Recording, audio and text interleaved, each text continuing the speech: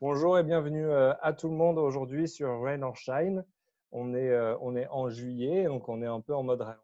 L'été, il fait chaud, mais il se passe quand même des choses, tant mieux. Et aujourd'hui, j'ai un énorme honneur, encore plus que d'habitude presque. Non, ça serait très méchant pour les autres. Mhm.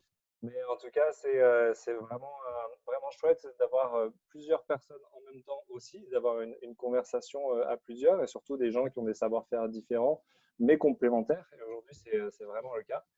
Et on va parler de manière générale de la durabilité dans la filière café. Et plus précisément, on va voir en fait comment on peut repenser le transport du café vert. Donc aujourd'hui, avec nous, j'ai d'abord le grand honneur de recevoir Angel Barrera. Je m'excuse, je sais que j'ai pas un très bon accent espagnol, mais tout le monde m'aura compris de toute façon. Bienvenue à toi, Angel. Merci beaucoup. Merci beaucoup, Emmanuel. Et un grand plaisir. Et merci d'être là et de prendre du temps pour ça. Je sais que tu es très occupé. Et d'ailleurs, notre deuxième intervenant, d'ailleurs, si tu arrives à recentrer ton image, voilà, qu'on voit ta fabuleuse coupe de cheveux. Ouais, Eh oui. faites maison en mode post-confinement. Ah, bravo, c'est vrai, je devrais faire pareil, tiens. Donc, notre deuxième intervenant est aussi très occupé en ce moment, et tant mieux pour lui. Et il s'appelle Guillaume. Guillaume, en fait, est le cofondateur de Tote. Et il nous expliquer exactement ce que c'est, mais pour faire un petit spoiler, donc on parle de transport, mais on parle de transport à la voile. Merci beaucoup Emmanuel, merci André également. Je suis très content d'être avec vous deux pour parler de transport durable de café. Super, bah, nous aussi, évidemment, parce qu'on va parler de futur et ce qu'on peut faire de mieux, hein, évidemment. Est-ce que déjà, vous pouvez peut-être faire une plus jolie présentation, un petit parcours très rapidement pour vous deux. Enrel, tu veux commencer? Oui, bien sûr. Bon, moi, actuellement, je suis directeur sourcing chez Belco, dont je suis en charge de tous les sourcings de café, donc, qui comprend les divisions achat et qualité, et aussi notre équipe de division des ingénieurs terrain. D'origine, je suis salvadorien et ça fait 10 ans que je suis en France. Je suis arrivé en France pour faire une formation un master en technologie de produits de terroir. Et par la suite, j'ai intégré Belco au bout de mes études et depuis, j'y suis. Tu y es bien. À toi, Guillaume? Je m'appelle Guillaume Legrand, en 2 mots.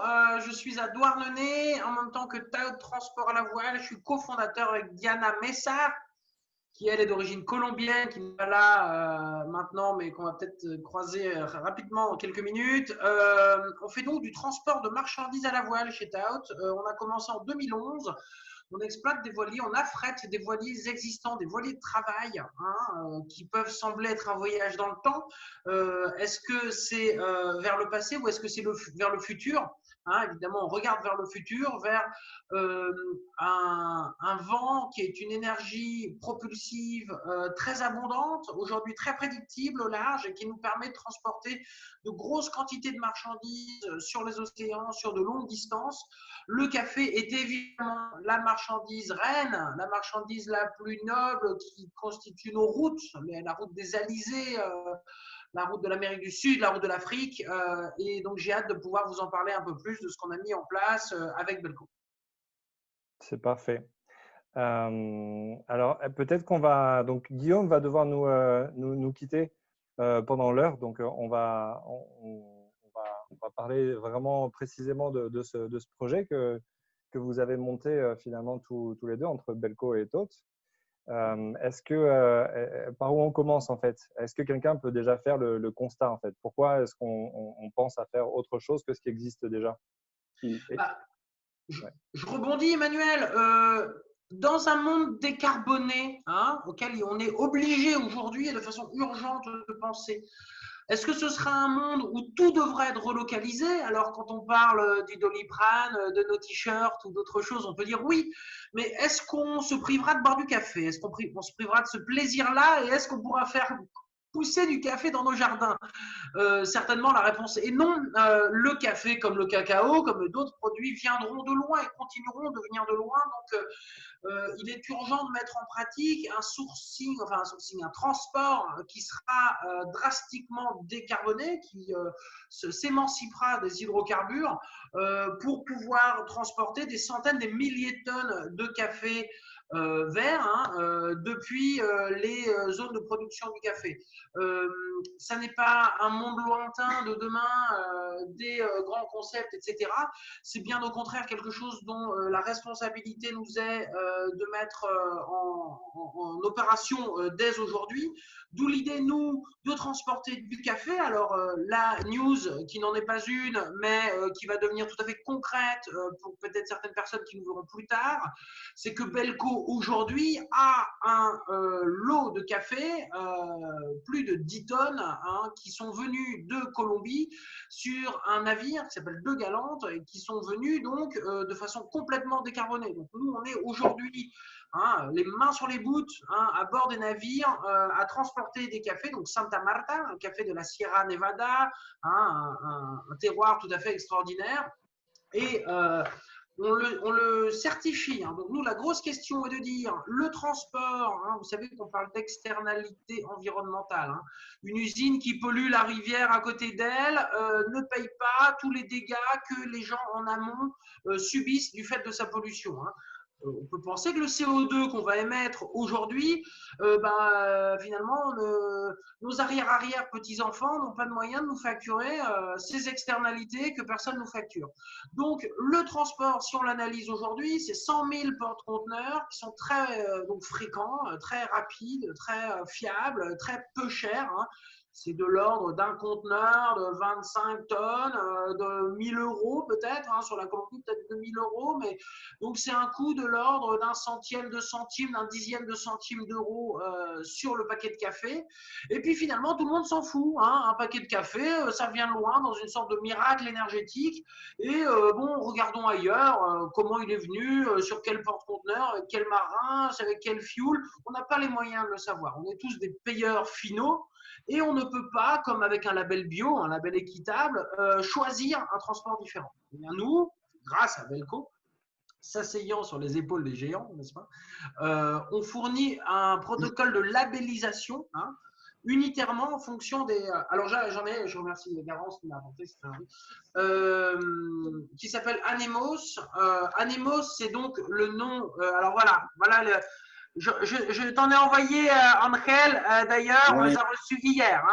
Donc, ça, c'est le code 2001 qui permet de certifier justement ce voyage entre Santa Marta et Le Havre, le lot que Belco a à disposition, là, en catalogue, je crois. Vous verrez sur anemos.eco avec 2001 la Sierra, le bateau, les cargos à côté, les dockers colombiens et le chargement, puis ensuite la trace du navire qui a tiré les bords pour sortir de la mer des Caraïbes, repasser les Bermudes, passer par les Açores. Ces fichiers météo, un indice carbone global économisé ainsi qu'unitaire par équivalent 250 grammes. Et on considère que c'est le levier d'internalisation. Donc ça, en fait, c'est parfait, ça va bien sur un paquet de café, vous voyez.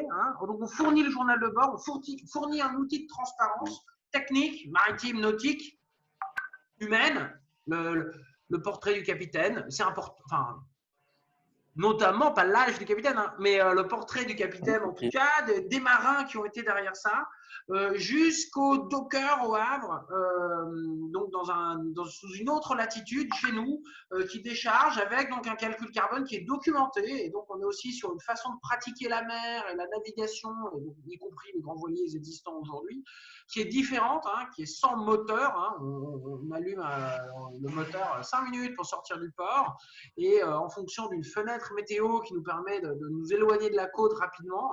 Et donc, tout en gardant un coût marginal, c'est-à-dire par unité, qui reste contenu. Alors, aujourd'hui, sur des navires qui sont des anachronismes, qui sont des témoignages du passé, qu'on respecte énormément, comme on respecte un abuelito, hein, comme on respecte un grand-père, parce qu'il a énormément de choses à nous enseigner, et qu'on respecte les anciens, et parce qu'il nous transporte 20, 30, 40, 50 tonnes de marchandises, ce qui n'est pas rien. Mais on est obligé de lui dire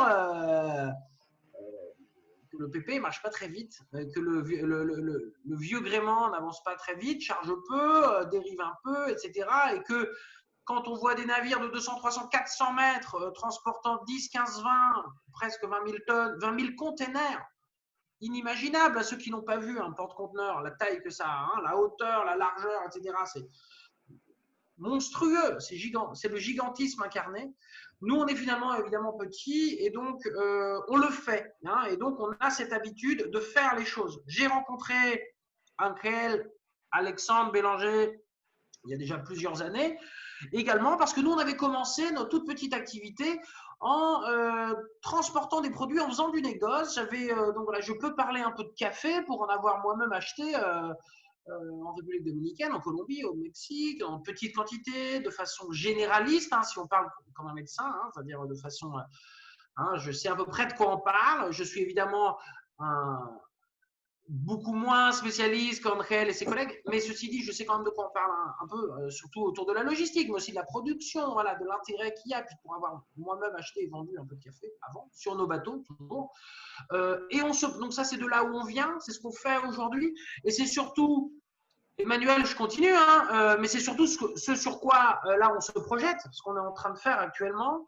Nous venant de ce monde-là, chez Tao Transport à la Voile, là, on a affrété une quinzaine de vieux gréements. On continue à le faire. On est devenu le premier affréteur français, donc transporteur de marchandises à la voile. On crédibilise la démarche et dès le début, en germe, dans notre démarche, on réfléchissait à construire les premiers voiliers cargo modernes. C'est-à-dire au XXIe siècle, ne pas être dans cette pseudo-reconstitution historique, hein, on va dire, mais d'être au contraire dans une démarche logistique, ne pas oublier qu'on fait de la marine marchande, que les géants ont aussi des pieds d'argile, n'est-ce pas, hein? Les géants, ça ne fait pas ça, hein? Les géants, ça s'effondre. Que le commerce maritime mondial est quand même extrêmement dépendant de ressources dont le long terme n'est pas du tout certain, ni acquis, qu'il met en scène toute une série d'initiatives qu'on peut qualifier vulgairement de greenwashing, mais ce n'est pas parce qu'il y a de mots pires que ça.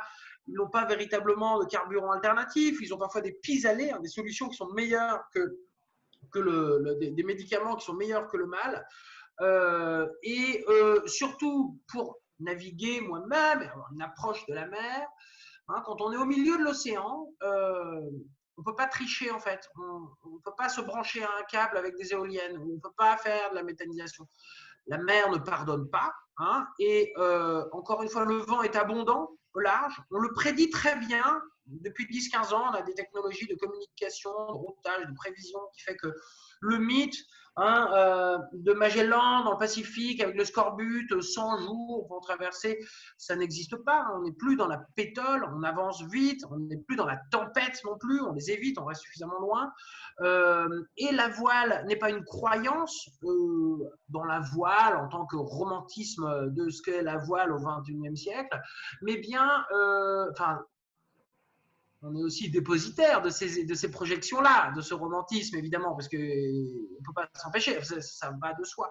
Mais surtout, la voile présente le meilleur rendement. Hein, c'est-à-dire que pour une unité de vent, une énergie qui est sur l'océan, en fonction des allures, etc., on peut récupérer avec un mât et une voile, quand c'est bien réglé, quand ça va bien, jusqu'à 0,6 de cette unité-là. Si on mettait toute autre technologie dite éolienne, on n'arriverait jamais, tout étant par ailleurs optimisé, à atteindre le 0,1, 0,05. Hein. Donc, des navires bons chargeurs qui remplissent 1000 tonnes de café, bons marcheurs avec 3000 m² de voile, sont capables d'aller vite, 10 nœuds, 11 nœuds. On traverse l'océan en 14, 15, 16 jours. Et d'utiliser en fait virtuellement zéro pétrole. Ça, c'est quelque chose que nous, on avait en germe dès le début. Depuis 2015, on développe avec un cabinet d'architecture qui s'appelle HET, avec plusieurs boucles navires avec des heurts et des malheurs, hein, mais surtout avec des clients qui croient en nous, des chargeurs qui croient en nous. Et aujourd'hui, je crois qu'on peut le dire, André, des routes Colmex, Colombie-Mexique, plusieurs centaines de tonnes réservées par Belco dès les premières navigations du premier navire. Je vais vous en parler en quelques phrases, quand est-ce qu'il vient, comment on le finance, voilà. Colmex et Costa Rica, Honduras, Nicaragua également, plusieurs centaines de tonnes sur chacune de ces origines. Tous les ports de l'Atlantique. Tous les ports de l'Atlantique. Entre le Mexique et la Colombie. En exclusivité, pour la claque café et pour Emmanuel. Combien de tonnes tu m'as prévu? Comment? Combien de tonnes? 1000. 2000. 2000 annuels. Ok, je n'étais pas au courant, mais d'accord. Non, mais en exclusivité pour Belco, mais en exclusivité, on n'en a pas vraiment parlé, je crois, André. On va prévoir de formaliser d'ailleurs la façon dont on va parler des choses à la rentrée, je crois. Hein, mais là, les choses sont en train de se faire. 1000 tonnes au Brésil.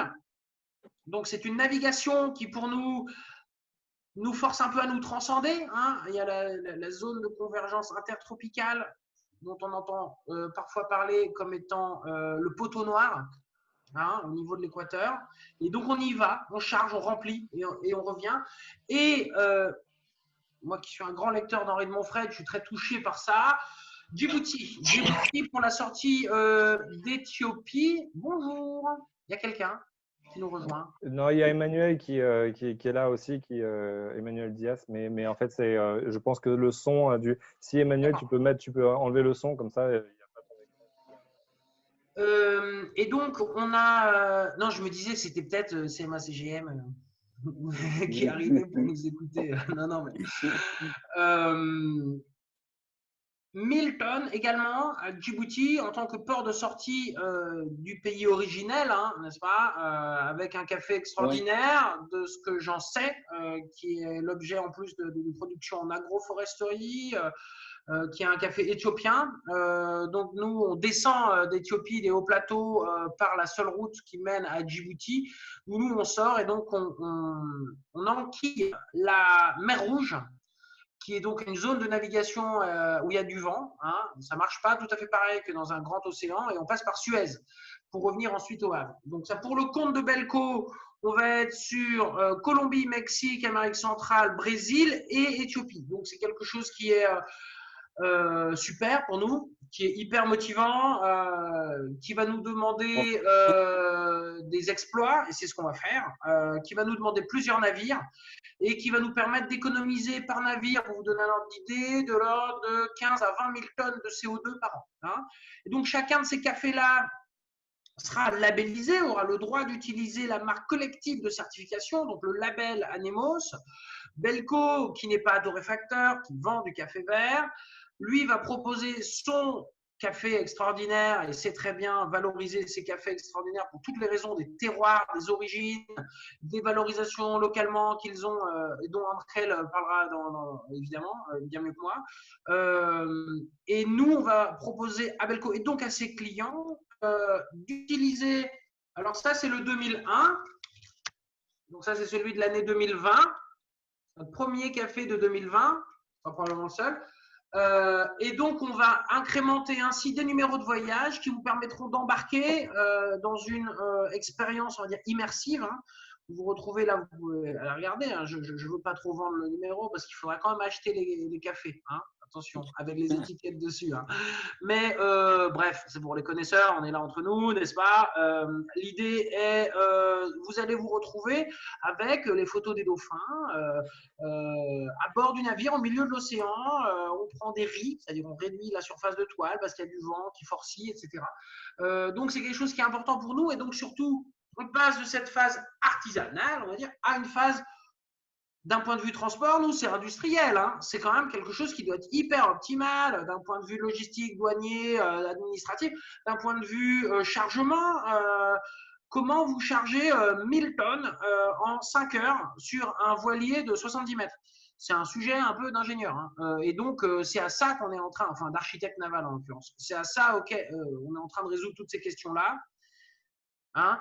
Emmanuel, je vous laisse me demander quand est-ce qu'on construit et combien à l'eau? Pardon, Alors, Monsieur Legrand, j'aimerais bien savoir en fait quand est-ce que vous allez construire ce fameux nouveau bateau et qu'on va pouvoir le merci voir, beaucoup. l'admirer et envoyer une bouteille de champagne sur sa coque.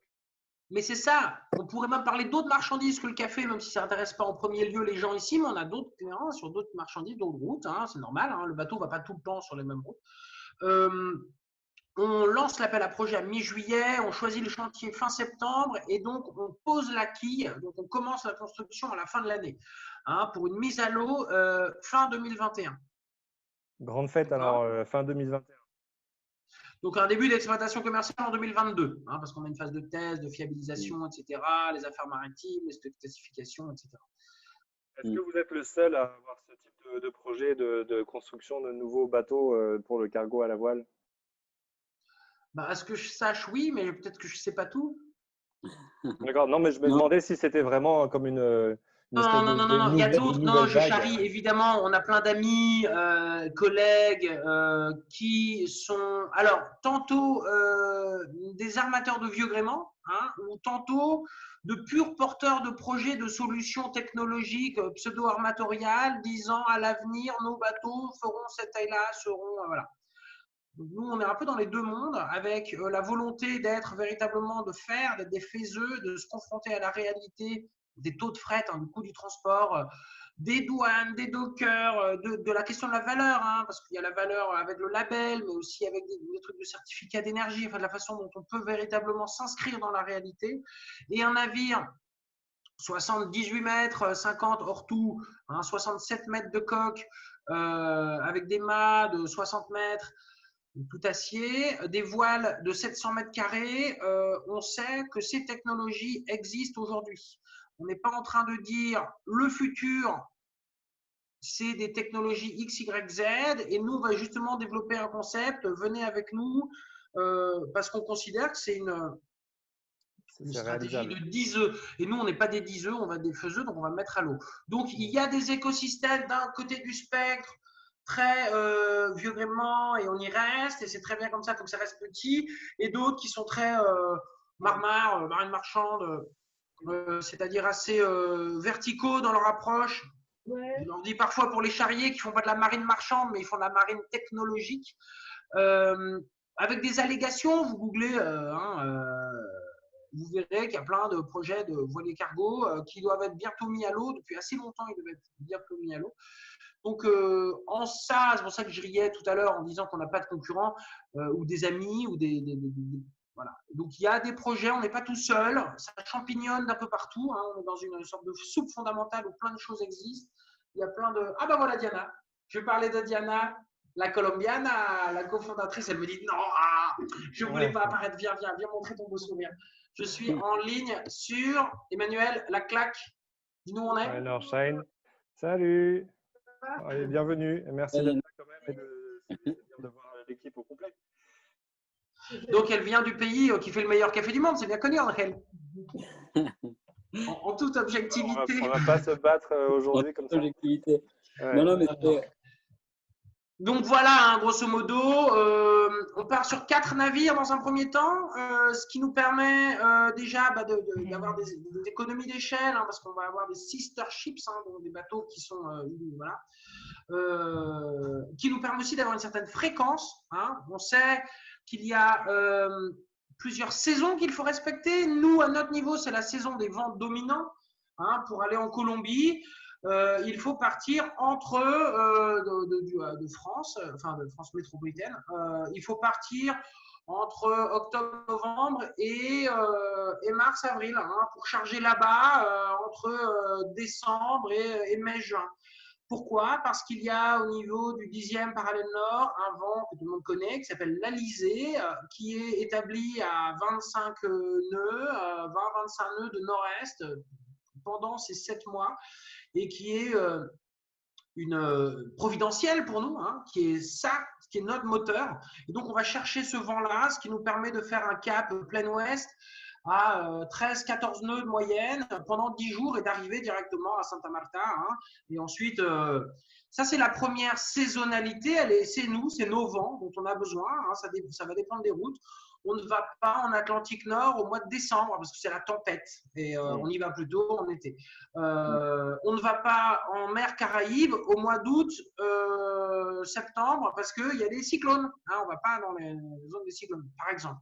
Il y a évidemment alors d'autres saisons qui sont des saisons de production. Angel en parlera beaucoup mieux que moi parce que c'est lui, je suis ton obligé, Angel, n'est-ce pas?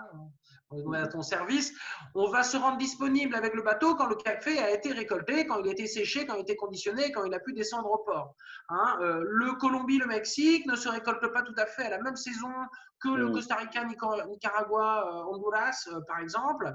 Il y a évidemment le Brésil, c'est encore autre chose, parce que c'est carrément une autre latitude, sans parler de l'Éthiopie, qui est latitude nord, hein, donc qui est plus sur le printemps, tandis que le Brésil est plus en plein hiver, si je me souviens bien. En gros, il y a mai, juin en Éthiopie, décembre au Brésil.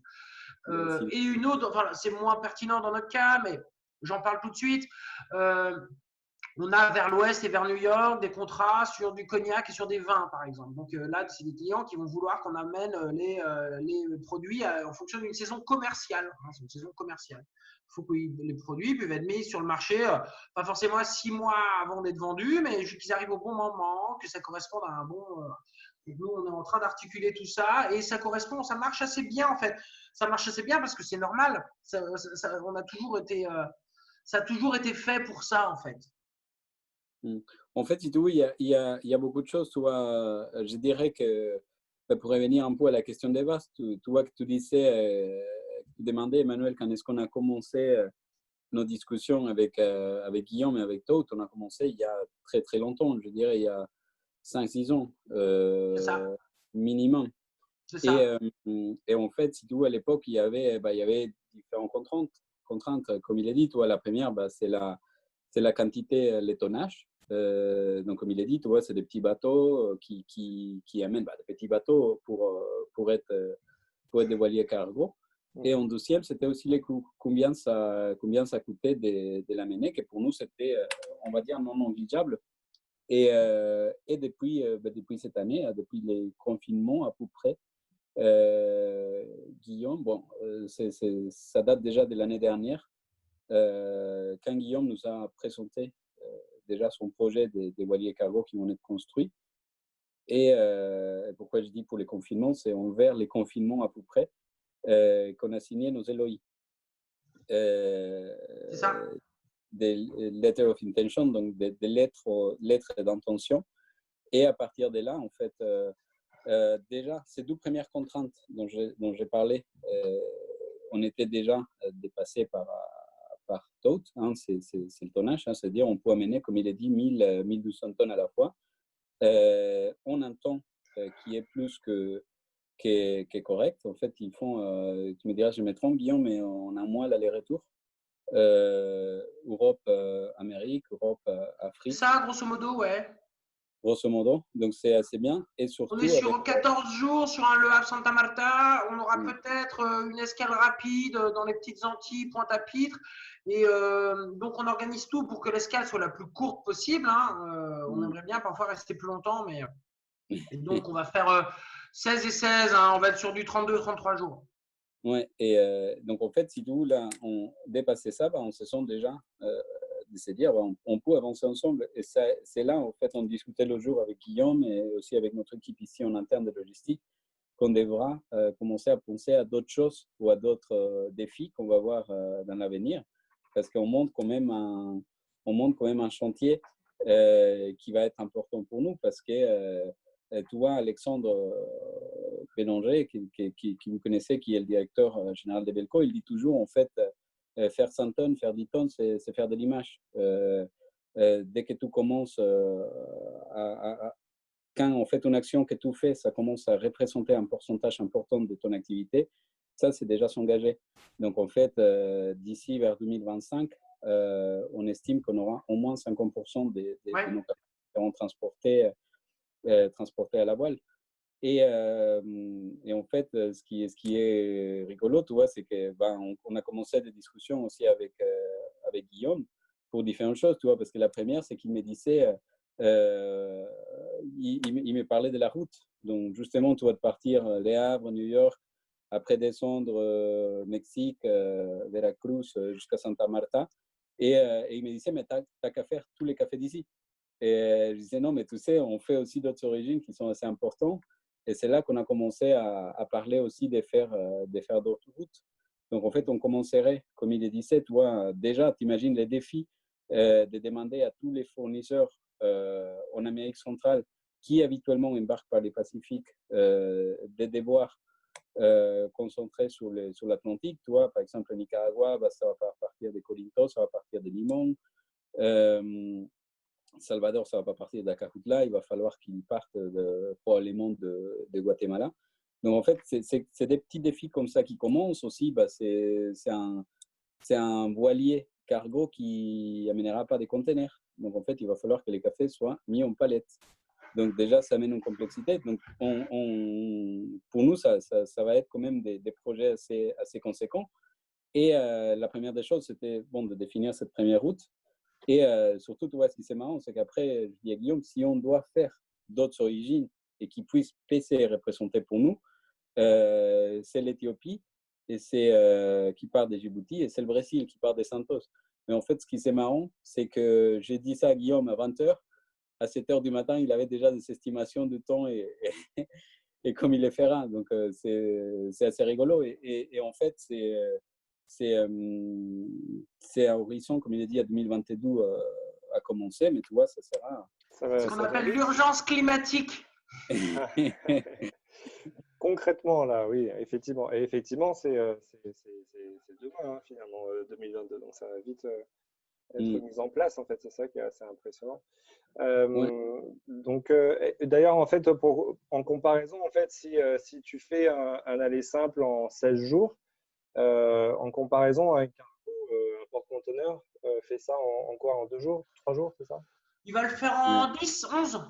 10, 11? Bon, oui, donc c'est pas, ça reste marginal hein, pour un produit tel que le café. Où, voilà, en général, il n'y a pas besoin d'aller à 20 nœuds pour traverser l'Atlantique. À 11, 12 nœuds, ça va. Nous, on va travailler 100% pour Belco ou voilà, ça dépend du taux de remplissage, mais on va travailler pour 1 ou 2 clients. Et donc, on va partir directement sur la route à une vitesse qu'on garantit à 10 nœuds et demi.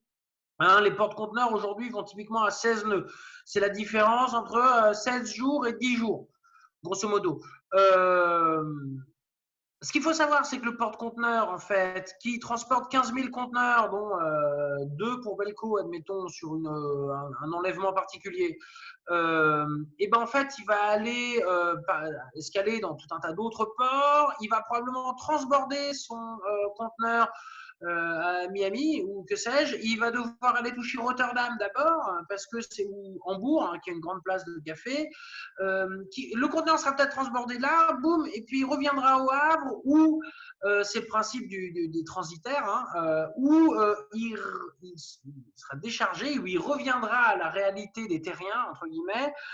Et donc, la différence entre le transit time, hein, qui est le temps pur du transit du navire, et le lead time, c'est-à-dire, chacun comprend, hein, mais ça veut dire le surtemps qui va être consommé par la logistique moderne fait que en fait, ces 16 jours dont on parle sont parfois plus rapides pour un chargeur de le faire à la voile, paradoxalement, que de passer par d'énormes armateurs, d'énormes transitaires qui vont le faire entrer dans la grande logistique internationale, qui fait qu'en fait, le conteneur va se balader un peu partout, va passer peut-être par d'autres ports, va peut-être être transbordé, va arriver un vendredi soir en entrepôt sous douane et n'en ressortir que le mardi parce que les douaniers l'ont pas mis, voilà, il reste en zone internationale, etc. Nous, on va en fait dire notre transit time est à peu près égal au lead time. C'est-à-dire que dès qu'on arrive, on décharge, on dédouane, le bateau est considéré douanièrement comme un conteneur, donc on le met à la circulation assez rapidement. Donc ça, c'est l'aspect temps, en fait. Hein. Donc non seulement, alors si on est plus lent, on n'est pas beaucoup plus lent. Et il se trouve que de toute façon, le lead time, qui importe quand même avant tout au propriétaire de la marchandise, c'est-à-dire quand est-ce que je vais avoir mon café, est parfois meilleur chez nous, souvent meilleur, et parfois beaucoup meilleur sur une route, j'ai des chiffres là sur rien à voir, hein, c'est sur un cacao. On compare 14 jours à 24 jours. Hein. Donc on est plus rapide à la voile, paradoxalement, parce que justement, on est dédié. On a Bah, aussi un autre avantage. Djibouti, en tout cas. Ouais. Mais alors, Djibouti, finalement, enfin, j'imagine, c'est très naïf comme question. Tu vois, tout à l'heure, j'ai dit, est-ce que tu fais en porte-conteneur, tu fais la traversée de l'Atlantique en 2 jours? Donc, c'est à quel point j'y connais rien. Mais pourquoi il y a une telle différence de prix, en fait? Parce que finalement, il n'y a pas il y a peut-être moins de dépenses quand même pour faire traverser un bateau à la fois. Et quelle est la différence de La prix, question de Emmanuel? volume. La différence de prix dont parlait Angel, peut-être c'était celle d'il y a quelques années, en fait. oui. Aujourd'hui, on travaille sur des navires qui traversent une fois par an l'Atlantique, qui mettent environ 60 jours avec 8 marins payés et qui transportent 30, 40, 80 tonnes pour l'un d'entre eux. Donc voilà les chiffres. Donc le transporter à la voile est juste de l'hyper rare, de l'unique, enfin de l'exclusif. C'est comme une, je sais pas, une pierre de lune. Enfin c'est quelque chose qui est par rapport à des milliards de tonnes qui sinon transitent partout. Hein. C'est-à-dire que 90% des produits autour de nous passent par les mers. C'est omniprésent, ça a des coûts marginaux nuls et c'est très bas. Nous, sur Voilier Cargo, on propose grosso modo de diviser les taux de fret actuels par 5 quasiment, et on se retrouve avec des taux de fret par rapport au conventionnel, de l'ordre de 2 à 3 fois supérieur sur le coût du transport maritime pur. Hein. Maintenant, qu'est-ce qui fait le coût du transport maritime conventionnel? Je le rappelle, des porte-conteneurs d'environ 15 000 conteneurs c'est le volume. Une trentaine de tonnes. Mmh. Avec une douzaine de marins philippins qui gagnent $800 par mois. Avec des navires qui ont tous plus de 15 ans, sont amortis depuis très longtemps, qui brûlent 200 tonnes de fuel lourd. Le fuel lourd, c'est un résidu, de produit de raffinage du pétrole qui ressemble à une sorte de Nutella, plein de soufre, vachement sympa, qui leur permet d'aller à 20 nœuds justement, hein, parce que c'est extrêmement énergétique. Le coût du bunker est de l'ordre de $200 la tonne, là, aux dernières nouvelles. Donc, voilà, payons le pétrole au prix où on doit le payer et où nos petits-enfants nous conseillent de payer, ainsi que les ours blancs. Et on se rendra compte qu'en fait, y compris sur un navire de 60 mètres, on est probablement plus compétitif et plus concurrentiel que sur un porte-conteneur. Deux autres petites choses que nous, on propose qui sont, à mon avis, à notre avantage. Donc, on n'est pas dans une militance. Hein, on n'est pas… Juste pour que tu te fasses une idée, Emmanuel, à ces jours, on a estimé la différence pour les torréfacteurs, tu vois, par rapport à ce qu'ils payent aujourd'hui, de l'ordre de 20 centimes d'euros par kilo. D'accord, ok. Le kilo. Sur un café. Oui, donc, le kilo, ouais. Imagine avec une différence de 20 centimes d'euros par kilo. Tu peux dire que ton café, tu n'as pas utilisé de carbone pour le transporter. Ouais. Ça, c'est estimé assez. Bien sûr, après, on va devoir plus rentrer dans les détails une fois que tout soit définitif, mais c'est un peu les estimations qui nous ont dit qu'on pourra en effet avoir cette solution pour les torréfacteurs. Et en plus, pour 20 cents par kilo, tu connais le nom du capitaine du navire. Et ça, quand même, c'est quand même… Mais ça vaut bien 20 centimes le kilo, ça. Absolument. Et j'ai une petite question. Pas que, hein. Nous, on pense évidemment. Que parler de ce qui se passe en mer, c'est pas que pour les quelques initiés qui sont fanats du Vendée Globe et compagnie. C'est bien, c'est 71% de la planète dite bleue, n'est-ce pas, hein. C'est de là où on vient. La mer, c'est celle qui est entre le café et nous. Enfin, d'une certaine façon, hein. Il faut traverser la mer pour aller chercher le café, hein, quoi qu'il arrive, hein, même si c'est… Bien sûr. Et finalement, c'est une partie de l'histoire qu'on n'a absolument pas. En fait, on a très peu d'informations. D'autres petits avantages qu'on a. Alors, il y a sur certains postes des moins coûts. Hein. Il n'y a pas que des surcoûts, parce que quand on va faire une analyse également sur les amont et sur les avals, par exemple, nous, on ne va pas louer de conteneurs parce qu'on n'a pas de conteneurs. Hein, ou le portique, hein, qui va charger le conteneur, nous, c'est des coûts qui sont différents. Nous, on fournit donc dans nos cales une aération et on peut monitorer la température et l'hygrométrie. Donc, on ne va pas mettre un air conditionné et une ventilation ventilation à gogo avec un énorme groupe électrogène qui brûle plein de diesel parce que ça n'aurait aucun sens. On va être sur une ventilation naturelle avec un possible coup de booster d'ailleurs. Si on se rend compte qu'il y a un risque en fonction de courbes de température et d'hygrométrie, de moussonnage ou autre, on est capable pendant une demi-heure de remplacer 30 fois le volume d'air. C'est un air salin par définition, donc qui a tendance à assécher assez naturellement. Et ce qui d'un point de vue qualité est important aussi. Je pense que c'est des choses qui pour les chargeurs sont intéressantes de savoir que notre café risque, alors qu'on sait que dans un conteneur, c'est une boîte qu'on ferme hermétiquement et que quand des cafés ou des fèves de cacao, dans d'autres cas, sont peut-être pas tout à fait aussi sèches qu'on aurait voulu qu'elles le soient. Bon, c'est pas... Il se trouve qu'il y a des condensations fortes, que le conteneur est plein d'eau et qu'on a des cafés qui pourrissent, et ben là, on a plus que ses yeux et son assurance pour pleurer. Entre parenthèses, nous aussi, on a des phénomènes d'assurance. Enfin, on a des assurances. Donc, il y a le lead time qui est pas mauvais. On a un bilan carbone, on a un EMOS. Et on a des choses qui, sur la qualité, qui dans le café, en tout cas, sont, je pense, qui peuvent être assez importants. J'aimerais bien rebondir sur l'assurance parce que je connais peut-être pas grand-chose sur l'histoire du transport maritime, mais il me semble que les compagnies d'assurance, en tout cas, ont commencé sur le transport maritime, en tout cas. Tout à fait. Et alors, du coup, finalement, donc, l'assurance, c'est une question de risque. Quelle est la différence entre un porte-conteneur et un cargo à la voile? Ben, les assureurs, j'adore les assureurs. Mais qui Ils n'aime gagnent à pas tous les les assureurs? coups. Bah oui. Il y a une petite boutade là sur les pontons. Quelle est la différence entre une mouette et un assureur? Alors la mouette, parfois, elle arrête de voler. Euh, euh, les assureurs sont dans une analyse de risque et les assureurs connaissent parfaitement le risque du porte-conteneur. Ceci dit, nous, on est capable de leur apporter suffisamment de garanties techniques, y compris sur les vieux gréements, là, aujourd'hui, où on leur explique tout simplement, il y a des notions de pavillon, des notions de société de classe, les mâts sont certifiés, les équipages ont tous des diplômes, etc.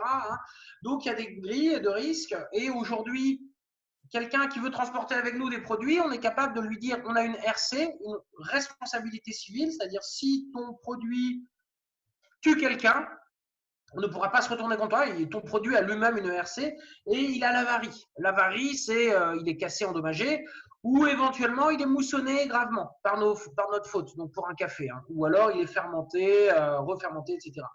Donc on est capable de proposer ça sur une valeur de l'ordre de 1% de la valeur assurée. Donc c'est quelque chose qui est compris par les assureurs parce que, comme ils disent également les assureurs, il n'est rien qui ne peut pas être assuré. Donc les assureurs, en fait, ils passent leur temps à imaginer les risques, à calculer des trucs, à prendre leur marge et à fournir des nouveaux produits d'assurance. Donc, y compris sur la notion du gréement, du mât, etc., les assureurs, ils nous suivent assez, ils comprennent assez vite le discours.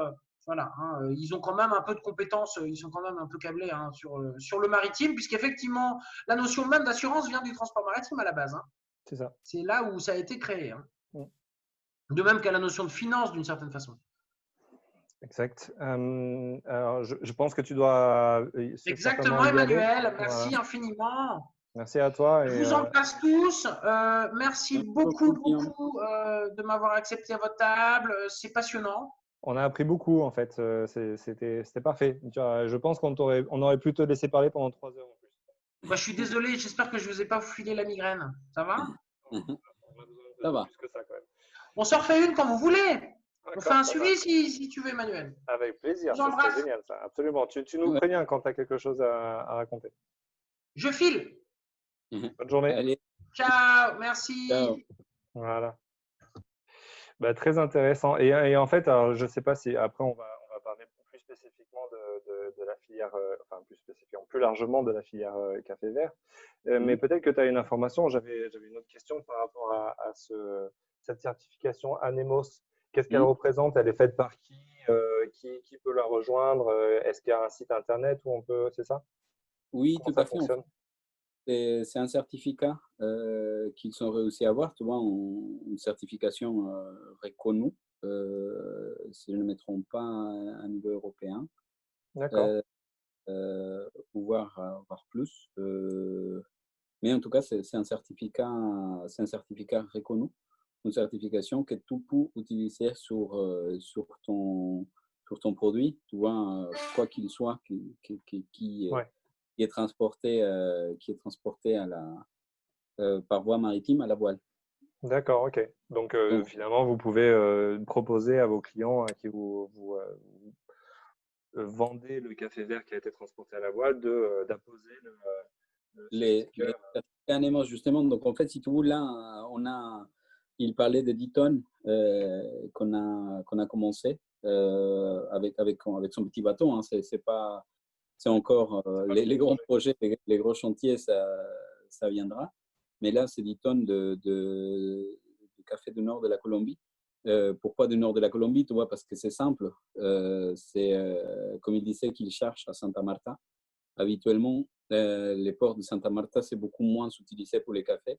En Colombie, on utilise principalement Carthagène, dans les côtés atlantiques, et Buenaventura au côté Pacifique. Donc, en fait, c'est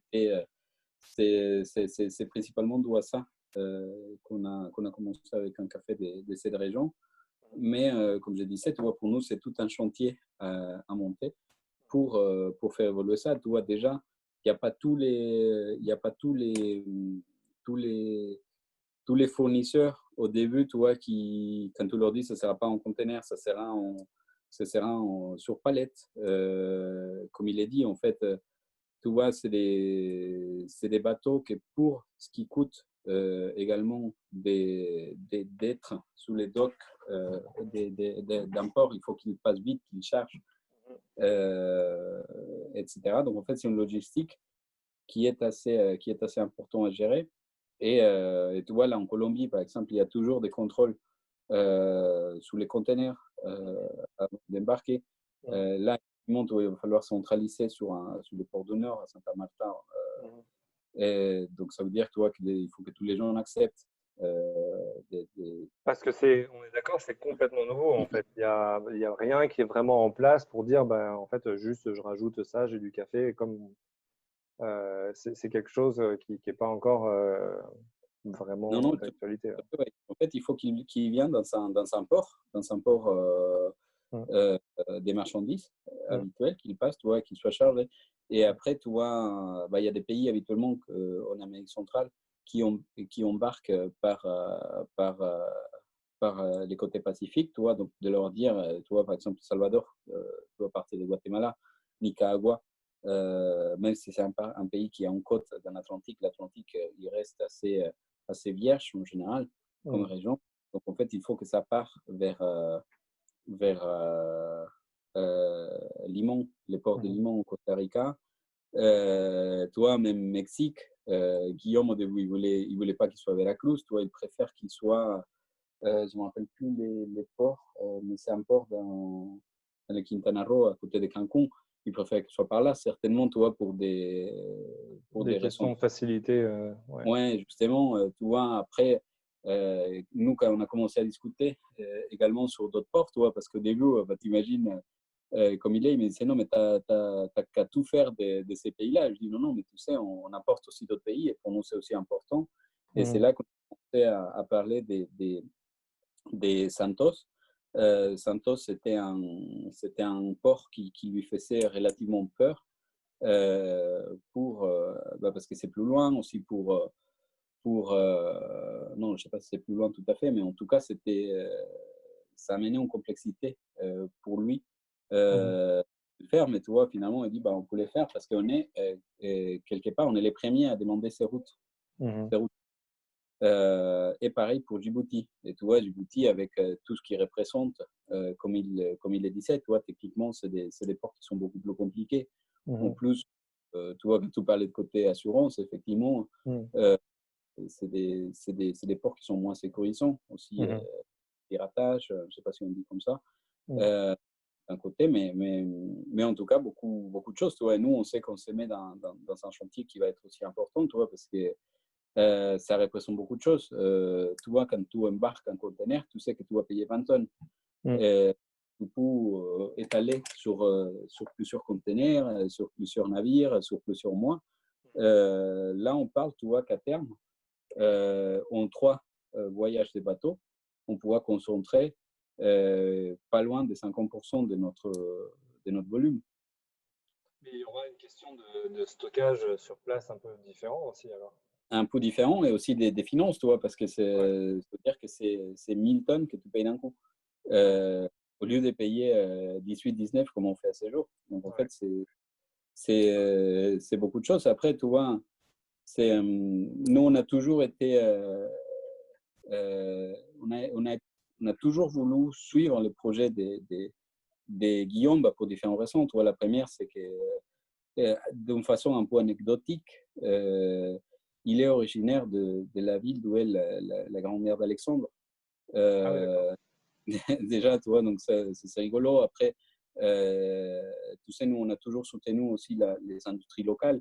Ouais. Quelqu'un pourrait te dire, tu vois, c'est quand même c'est particulier, vous êtes importateur, mais en réalité, tu vois, quand on travaille euh, avec des exportateurs, producteurs, on choisit toujours des entreprises locales. Donc, ça nous faisait aussi des sens, tu vois, Ouais.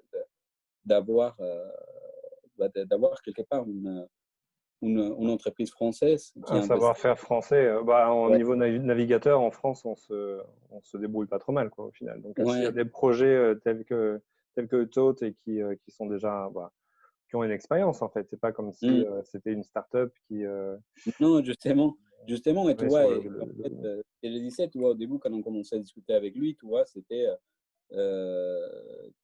ton transit, c'était 3 mois, tu vois, au lieu d'un mois, 3, 4 mois, au lieu d'un mois, Mhm. qu'est-ce qu'on a à ces jours, tu vois, avec les transbordements et tout. Les coûts de la prestation, c'était 20 fois plus de ce qu'on payait à l'époque. Donc, en fait, ça ne nous faisait pas. On disait, c'est bien, tu vois, c'est bien de le soutenir et tout. Mais peu à peu, il a commencé réellement à monter son projet d'une façon qui soit viable pour, Pour tout le pour, monde. les, pour les pratiquer en une échelle un peu plus large. Ouais, ouais, je comprends, ok. Mm. Donc, cette démarche avec Tote et cette démarche de vraiment révolutionner la façon dont le café vert est transporté des pays d'origine jusqu'à la France, j'imagine que ça s'inscrit dans une politique globale en fait de durabilité. Quels sont les points, évidemment, alors déjà peut-être qu'est-ce qu'on peut entendre par durabilité dans la filière café en général et plus particulièrement. Mm. Qu'est-ce qui, d'après toi, sont les points qui sont vraiment les plus essentiels? Et alors, bah, peut-être que tu peux nous parler aussi pour Belco, en fait, quels sont les axes vraiment les plus importants, en fait, aussi. Ouais, ouais, complètement. En fait, c'est tout à fait, tu vois, inscrit sur beaucoup plus on va dire que la question de durabilité, ça nous revient et on la travaille depuis très longtemps chez nous pour plusieurs raisons, tu vois. Parce que la première, si tu analyses les concepts d'un café de spécialité, tout est concentre principalement sur une qualité en tasse, réellement. En fait, au-delà de sa production, de comment l'environnement a été traité, engagé dans sa production ou autre, en fait, on ne tient pas en compte et on tient pas compte pas de beaucoup de choses, en fait. Principalement pour beaucoup de raisons. Après, tu vois, c'est historiquement, c'est comme ça que c'est fondé. C'est un concept qui a été repris avec certains concepts, sous la base des concepts un peu français de la base du terroir, je dirais, mais que ça a été vu d'un point de vue très américain. Et le point de vue américain, c'était on va mieux payer, on va mieux rémunérer pour avoir une meilleure qualité. Donc, c'était ça un peu la base. Mais en fait, il y avait beaucoup plus d'autres aspects qu'on ne tenait pas en compte. Et tu vois, moi, j'ai une expérience avec un producteur brésilien avec qui, une fois, on était dans un salon, je pense que c'était à Göteborg. Et je lui ai dit, tu sais, ils m'ont invité à aller faire la dégustation des cafés de la Coupe of Excellence du Brésil. Est-ce que tu veux venir avec moi? Donc, il est venu. Et du coup, on a fait la dégustation. Donc, tu imaginerais hein, des cafés Cup of Excellence, minimum 86. Et je lui dis, tu vois, lui, c'est Marcos Croce des FAF, Hacienda Ambiental Fortaleza. Et je lui dis, alors Marcos, qu'est-ce que tu penses? Et il m'a dit, je ne sais pas s'ils sont propres. Et je lui dis, mais tu rigoles, comment tu peux dire qu'ils ne sont pas propres? C'est les meilleurs cafés produits en année. Et il m'a dit, non, je ne sais pas comment ils ont été produits, donc je ne sais pas s'ils sont propres. Et je me suis dit, en fait, il a tout à fait raison de faire une telle remarque, parce que on s'intéresse à la tasse. On s'intéresse beaucoup à la tasse, mais au-delà de ça, parfois on ne rentre pas dans les détails. Et là, tu vois, pour avoir parlé des touts au-delà de l'environnement, on se concentre beaucoup sur l'environnement. Mais en même temps aussi, il y a un côté ou un aspect social que je trouve qu'à ces jours, dans les cafés de spécialité, reste également assez superficiel. En fait, de ne pas aller au-delà du détail. Tu vois, ces dernières années, on a beaucoup parlé de transparence. Beaucoup parlé de transparence. Et on parle des prix FOB. On parle beaucoup de prix FOB. Alors, en premier, on parle énormément de transparence. Et la réalité, c'est qu'en 90% des cas, on ne sait pas qui finance toutes les entreprises de specialty qui parlent de la transparence. Ça, c'est d'un côté. Mais après, pourquoi je parle aussi des prix FOB, c'est que si un producteur est capable de te faire, de te formuler et de te vendre un café et de contractualiser un café sur une base FOB, c'est que c'est déjà un producteur qui n'est pas petit. Et je ne dis pas. Peut-être que tu peux rappeler pour ceux qui ne savent pas FOB ou FOB, Oui, ce que ça veut dire, et puis peut-être la différence avec Get ouais, Price. et FOB, c'est Free On Board. Donc, ça veut dire que c'est les cafés mis dans un port de départ, dans un origine. Et en fait, dans la plupart des temps, que quelqu'un te donne un prix FOB, on ne parle plus de petits producteurs.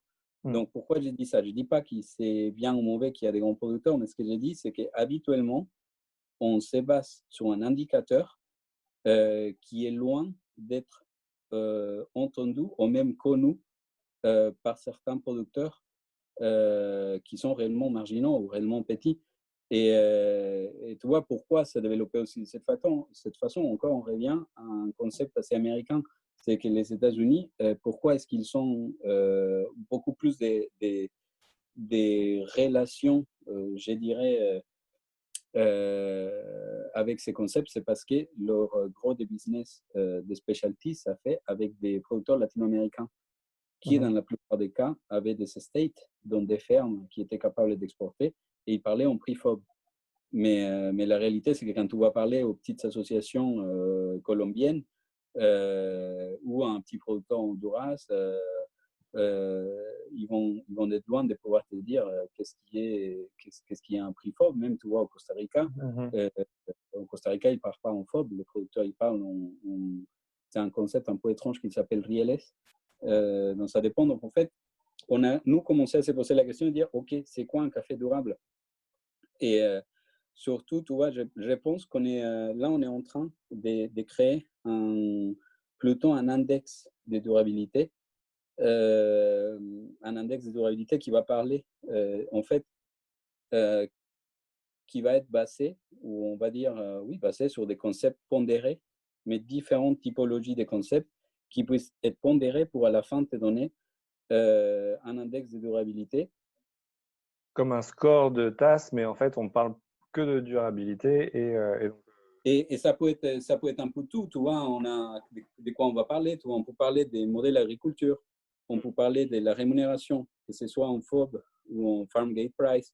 On va parler aussi, tu vois, de qualité de la tasse.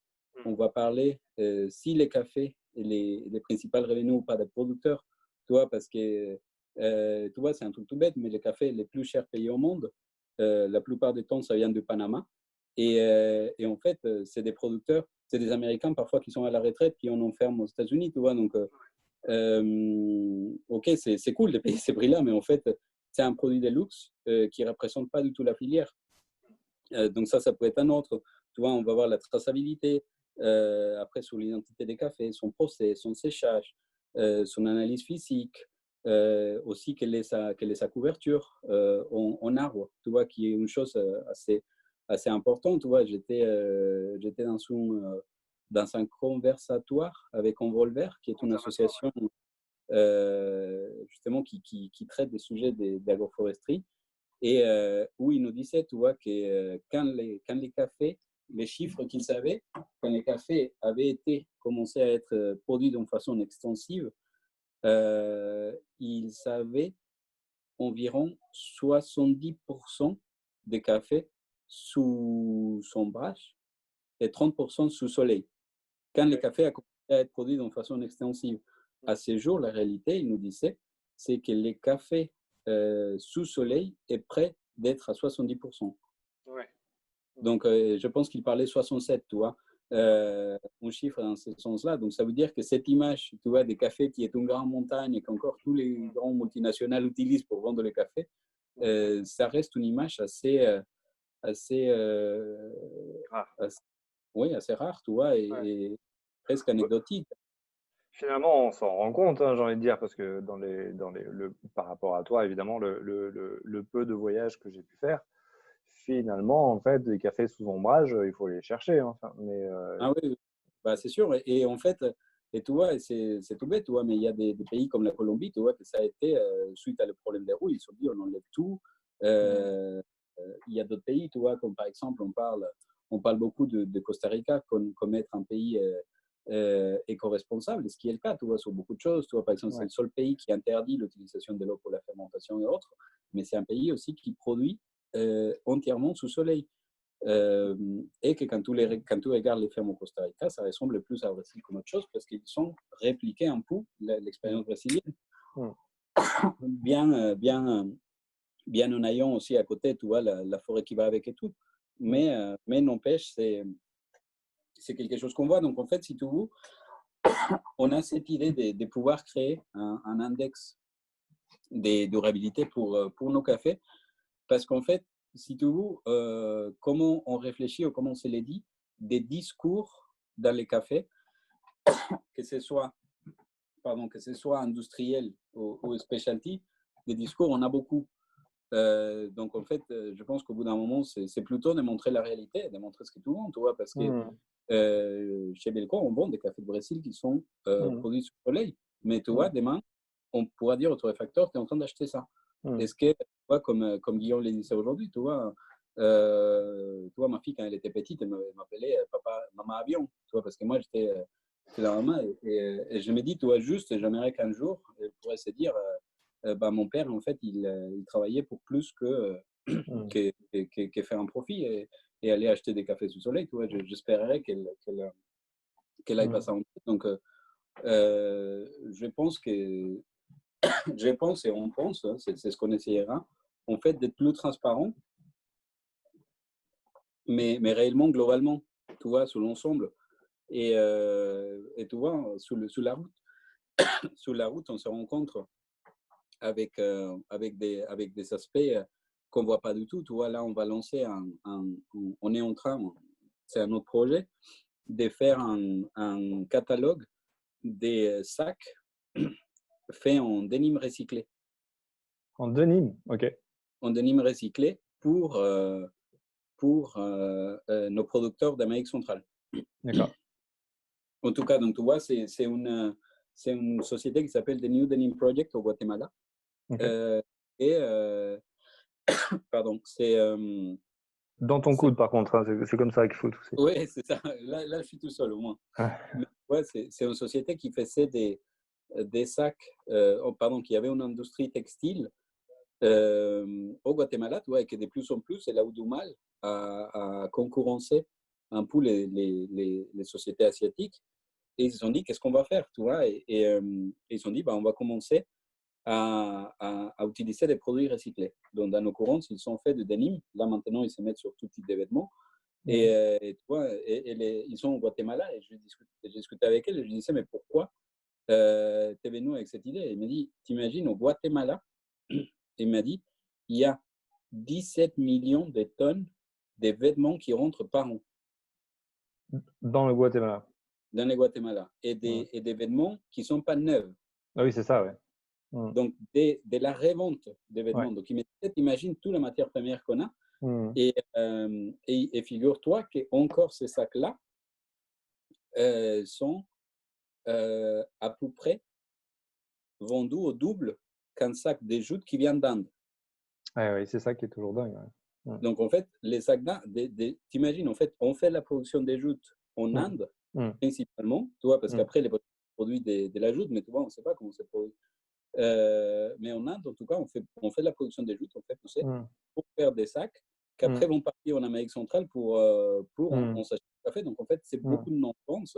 Ouais. Et tu vois, donc là, l'idée, c'est de sortir un catalogue pour la prochaine campagne pour nos fournisseurs, tu vois, pour qu'ils puissent l'acheter. Et tu vois, encore, là, j'ai calculé un petit peu, passer d'un sac à l'autre, tu vois, un torréfacteur, ça lui changera des 12 centimes d'euros par kilo. D'accord. Pour avoir un sac, en fait, Ouais. pour Qui n'a avoir, pas été produit, on ne sait pas trop comment en Inde. Ouais, et voilà. certainement pas pour, bien pour leur environnement là-bas. Ouais, et en fait, à partir de là, tu vois, je t'ai parlé il y a un moment, tu vois, certains aspects, nous, on pense que les certifications sont importantes parce qu'ils certifient certaines choses. Tu vois, c'est des productions comme l'agriculture biologique ou autre. Mais tu vois, avec cette entreprise qui fait ces sacs-là, ils vont présenter des gens d'une ferme au Guatemala Mm. qui qui fait tout avec des produits recyclés. Mm. Et tu vois, ils leur achètent certains produits pour utiliser d'engrais. Donc, en fait, l'ensemble de leurs engrais sont issus de recyclage, pour toi, d'un vie d'un tel ou tel produit. Et figure-toi que cette ferme, elle ne pourra jamais être certifiée biologique. Mm. Même si elle fait tous ces Ouais, parce efforts-là, ouais. qu'en fait, Ça rentre comme pas dans le cahier des tout charges. est recyclé, on ne peut pas certifier la non-présence de l'utilisation des produits chimiques dans les Ouais. produits qu'on utilise. Ouais. Et pourtant, tu vois, où ils sont défenseurs de ce qu'ils font, où ils défendent assez fortement, parce qu'ils nous disent, est-ce que tu connais, que ce soit dans n'importe quel type de technologie, la quantité des ressources qu'on utilise pour produire des fertilisants? Mm. Et donc, tu vois, donc en fait, on s'est dit, dans un moment, avoir un index de durabilité, c'est ce qui nous paraît, Mm. à long terme, je dirais, les plus, peut-être les plus honnêtes et les plus transparents à la fin. Mm. Et est-ce que, comme il y aurait une fiche de dégustation, est-ce qu'on pourrait avoir accès à une espèce de fiche qui expliquerait le score de durabilité? Oui, tout à fait. Tout à fait, ouais. Tu vois, c'est un peu de projet qu'on a. Là, on est en train, tu vois, de monter un peu les cahiers des charges définitifs, tu vois, Ouais. qu'est-ce que nous, on fera comme… Mais alors, vous faites ça en interne ou alors Non, vous êtes en discussion avec d'autres personnes pour essayer de faire quelque chose là, qui tu serait vois, accepté? nous, on a développé un petit peu les cahiers des charges, je dirais, tu vois, pour composer l'index, à savoir, tu vois, que c'est beaucoup de réflexion, non seulement en interne, tu vois, on a fait un séminaire au Brésil en janvier avec FARC, mais aussi avec tous les gens des Belco qui ne sont pas en France. Donc, toute l'équipe, tu vois, que ce soit les gens d'Éthiopie, Colombie, Salvador. Donc, on était tous au Brésil, tu vois, déjà pour essayer de commencer à réfléchir. Et après, tu vois, au bout de toute la réflexion qu'on a avec nos fournisseurs, on a commencé. Et à partir de là, tu vois, là, maintenant, on commence à chercher des gens qui font des audits ou des certifications. D'accord. Tu vois, comme ça, demain, si on dit ça, en fait, ça a été contrôlé aussi. Ouais, bah oui, oui. Mais je pense que les gens demanderont en fait ce genre de certification d'organisme derrière, en fait, pour que ça devienne, parce que l'idée c'est que ça devienne quelque chose de vraiment utilisé, que ça devienne une norme quand même, j'imagine. Bah oui, oui, complètement. Mais surtout, tu vois, à la fin aussi des données, je dirais les choix aussi au torréfacteur de savoir, ou en tout cas, moi je le disais l'autre jour, tu vois, j'ai dit, chaque achat qu'on a un impact. Si on achète un café mauvais, tu vois, qui soit mal payé, mal produit, qui pollue la planète, etc., par sa façon de produire. Tu vois, si on commence à penser de toutes ces fermes qui sont en train de s'émonter maintenant en Zambie, en Zimbabwe, par de grosses multinationales, tu vois, où ils s'arrasent la forêt. Euh, euh, euh, Comme si tu fais un café, tu vois, d'une ferme qui est en biologique, etc., il y a un impact. Il y a toujours un impact, que ce soit positif ou négatif, mais il y en a. Mais je pense qu'en fait, le plus important, c'est que les gens, ils les sachent. Parce que peut-être, tu vois, si demain, tu vois qu'il y a un café qui coûte le double, au moins tu saches pourquoi, et au moins que tu saches que si tu payes la moitié, qu'est-ce que tu es en train de payer, tu vois, parce que là, quand j'ai discuté, je t'ai dit, avec cette fille au Guatemala, elle essaye d'être très compétitive, tu vois, et là, pour que tu te fasses une idée, un sac en jute marqué, tu peux l'acheter au Guatemala à 2,50 $ le sac. Elle proposait à 5 en denim recyclé. Et elle me disait, je pense qu'avec du volume, tu vois, parce qu'avec ce qu'on essayait de faire, on essayait d'avoir un volume, elle me disait, je pense que je pourrais descendre jusqu'à 4. D'accord. Et elle me dit, au-delà de ça, je ne peux pas. Et elle m'a dit, mais en même temps, est-ce que tu ne penses pas? Elle me dit qu'au bout d'un moment, il va falloir que les gens se posent la question de si c'est bien de payer un produit aussi peu cher. Oui. Oui, mais c'est comme quand on va au supermarché et qu'on voit un t-shirt à 1 euro, ça n'a pas de sens. Mais il y a beaucoup de choses comme ça. Et c'est comme les cafés, tu vois, je me C'est comme le rappelle. café. C'est comme les cafés, tu vois. Une fois, je me rappelle, on avait eu une discussion avec World Coffee Research, tu vois, qui disait que pour 2050, il fallait doubler la production de café. Et je lui disais, mais pourquoi on va doubler une filière qui crée de la misère? Ça sert à quoi, en fait?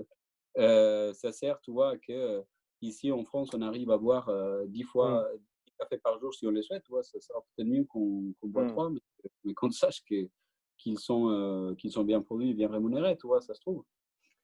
Alors toi qui voyages finalement toujours beaucoup, peut-être un peu moins qu'avant, je ne sais pas, mais un peu moins, ouais. Alors, en tout cas, surtout en ce moment, ouais. Mais si tu pouvais, en fait, j'aimerais bien savoir de quoi ont besoin les producteurs aujourd'hui, en fait. Et si on leur pose la question, si toi tu leur poses la question, en fait, quelles sont leurs réponses? Ils ont besoin de quoi? Écoute, je pense on a eu différentes réponses et c'est assez difficile, tu vois, de pouvoir euh, te répondre, je dirais, par une seule réponse. Ouais. Mais je peux te dire qu'il y a beaucoup de choses, tu vois. La première, c'est il y a beaucoup de producteurs, et ça, c'est un ressenti que j'ai et que je pense que c'est important pour l'avenir, que ce soit des jeunes, tu vois, comme des moins jeunes. Il faut que demain, ils arrivent à se sentir professionnels de leur métier. Et ça passe, tu vois, par un échange qu'ils auront avec les gens qui achèteront leur café. Ouais. Et juste pour rebondir là-dessus, j'imagine que ce que tu entends par professionnel, c'est pas juste c'est faire pousser du café et le cueillir, mais c'est aussi être un professionnel de j'ai un produit, je connais sa valeur, je connais le coût de production et je sais comment je vais le vendre à un client. Ouais, justement. Et tu vois, là ça, tu vois, c'était une chose que j'ai vu en Bolivie. Tu vois, j'étais au mois de septembre dernier. Et là, tu vois, il y a certaines jeunes qui sont en train de reprendre les fermes de leurs parents. Et tu vois, par simple hasard, hein, en fait, tu vois, c'est des gens qui sont d'une région qui s'appelle Caranavi. Et ils avaient fait des études, ce qui sera un peu un bac technique ici, pour travailler dans des garages, pour être garagiste. Et ils sont vu qu'il y avait un appel au bénévolat pour la Coupe of Excellence. Okay. Et tu vois, c'est disons mes parents, tu vois, dans la campagne, son producteur, etc., j'irai pour voir. Et ces jeunes, ils ont été formés par Paul Sanger, qui est un Américain qui est très connu. Donc, ils ont eu cette chance d'être formés par lui. Et à partir de là, ils ont commencé à voir l'intérêt. En fait, maintenant, ils ont repris la ferme de leurs parents et c'est eux qui exportent les cafés de tous les voisins. Et il me disait, en fait, ça nous a donné une ouverture que nous n'aurait jamais pu avoir avec les métiers qu'on avait. Donc ça, je pense que c'est une chose, tu vois. Donc je dirais les contacts qu'ils peuvent avoir et tous les échanges qu'ils vont avec pour leur être, se sentir, je dirais, professionnel de leur métier. Parce que la réalité, c'est qu'à ces jours, 80-90% des petits producteurs au monde, peut-être plus, pourraient pousser des maïs et ça serait la même chose, en fait. Ouais.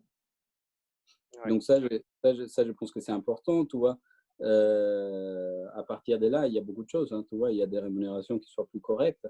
À ces jours, tu vois, on a une filière qui base ses prix d'achat sur une bourse internationale qui d'ailleurs est basée sur des estimations, entre autres, tu vois, des pays producteurs comme le Brésil, qui ne représentent pas du tout ce qui est la filière café.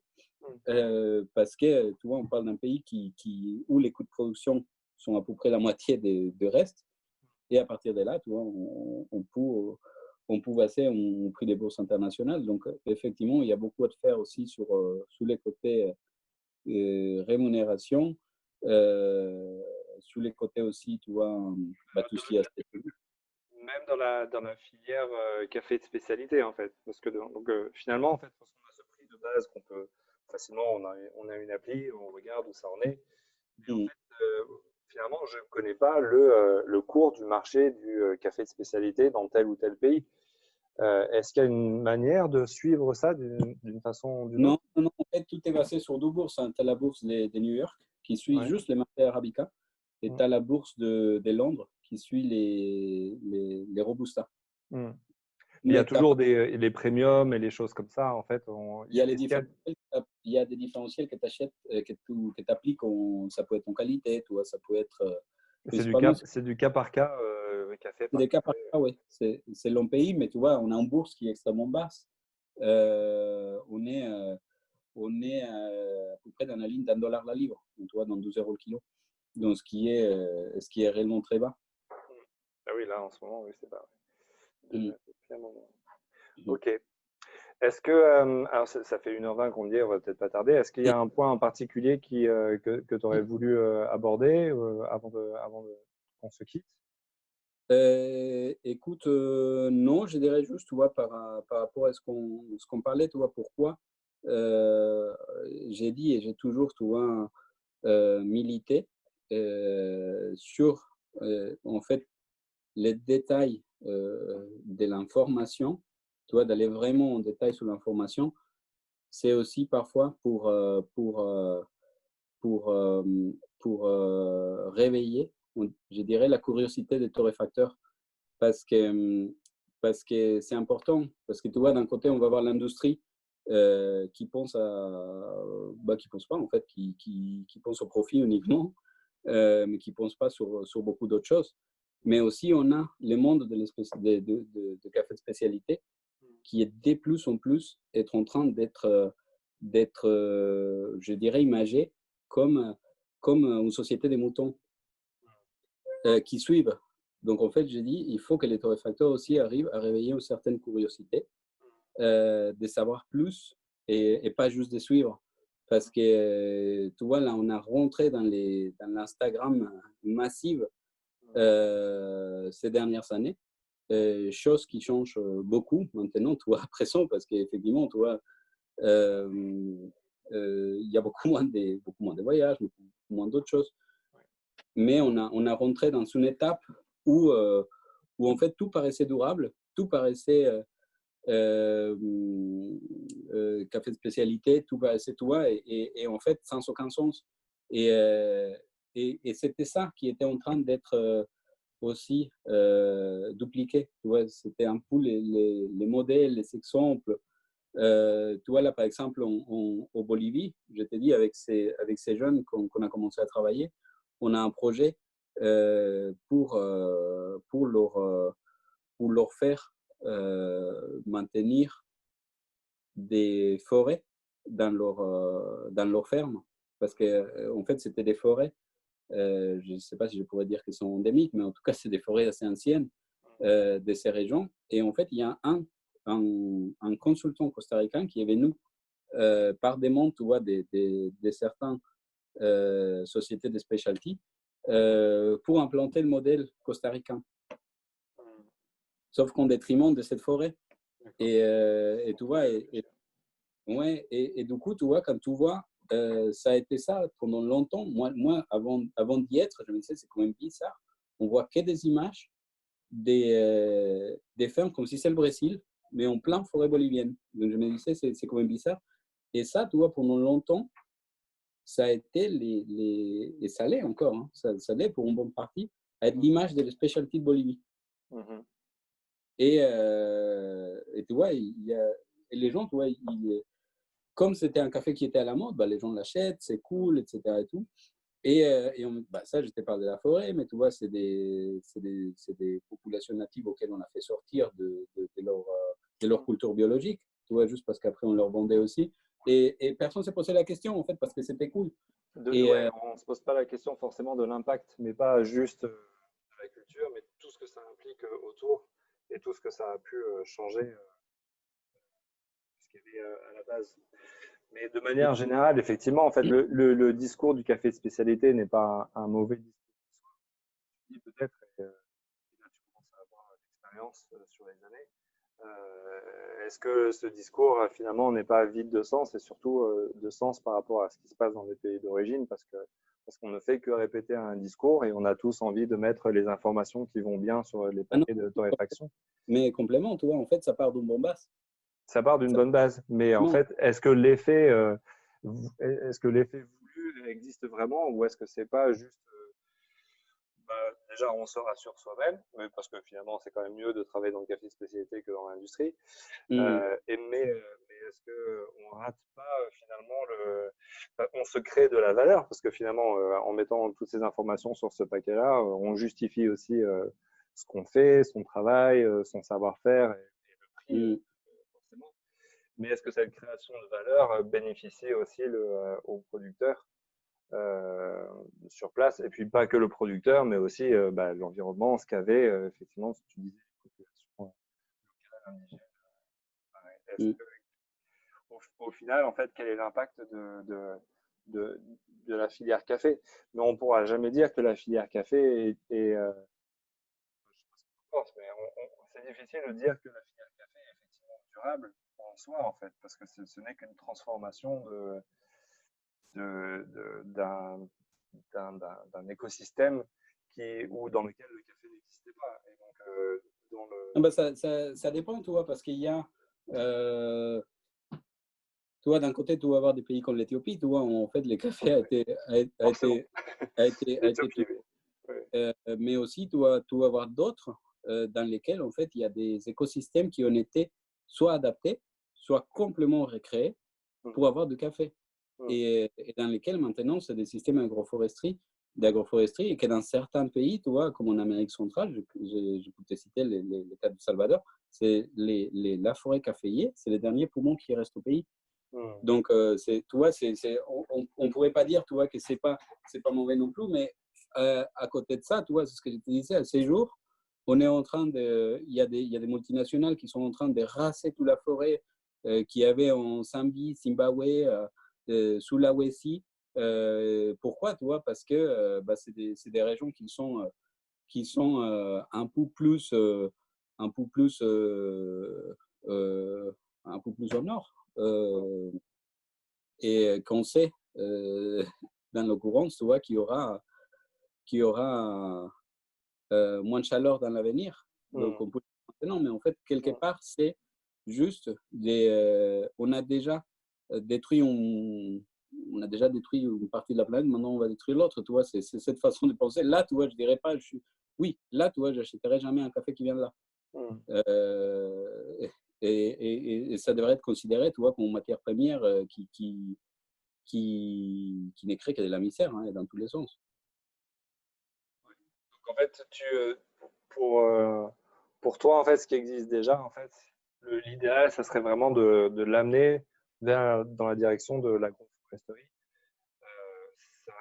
Ça reste vraiment l'idéal à atteindre. Bah oui, complètement. Et après, tu vois, adapter aussi sur beaucoup de choses. Tu vois, sur les côtés sociaux, l'Amérique centrale produit plus de café qu'en Colombie.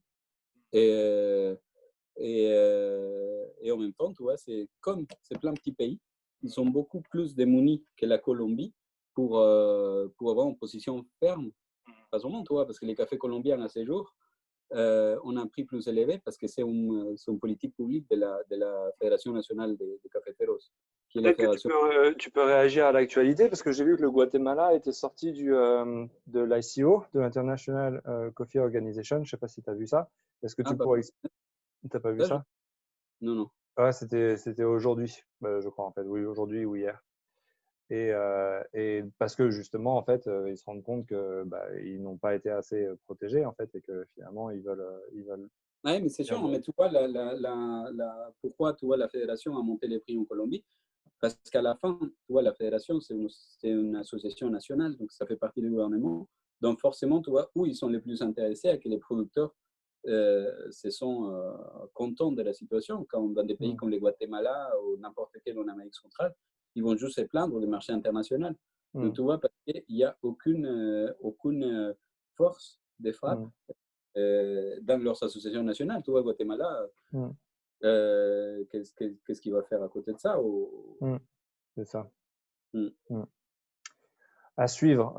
Encore une fois, on pourrait en parler pendant très longtemps, mais là, on avait deux sujets en un presque, mais c'était passionnant les deux et on a hâte de voir où tout ça va nous mener, que ce soit avec le projet entre Belco et Tots, mais aussi sur. Alors là, c'est un scoop hein, dans un sens, non, cette idée de score de durabilité.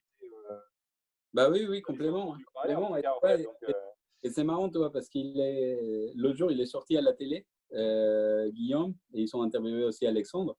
Et c'est marrant, tu vois, parce il nous a tagué sur LinkedIn, sur ouais. Twitter et autres. Et j'ai voyé, en fait, la quantité de demandes des gens qui demandent de faire partie de l'équipage pour les Ah, voyages. super. C'est assez rigolo, tu vois, l'intérêt que ça peut Ouais. créer. Ça va être le Sea Shepherd du café. Ouais. Mm. Super. Et donc, ouais, j'ai vraiment hâte de voir aussi ce que ça va devenir, comment ça va évoluer le score de durabilité Mm. et comment on va pouvoir aussi utiliser ça, vous, avec vos clients torréfacteurs et comment les torréfacteurs, eux, peuvent aussi inclure ça dans leur façon de voir les choses, d'acheter et de parler à leurs clients. Ouais. Mm. Tout à fait. Et bon, c'est super. Et puis, encore une fois, l'invitation reste ouverte pour toi et évidemment tous tes collègues si vous avez quelque chose à partager. Écoute, je Rain or manquerai. Shine sera pour là et de la même façon pour tous les gens qui écoutent ou qui voient cette conversation, c'est exactement la même chose. C'est fait pour vous, c'est fait pour la communauté du café. Merci d'avoir Merci. d'avoir été là aujourd'hui et on a réussi. Et voilà. À bientôt Finalement. alors. Allez, passe un bon été.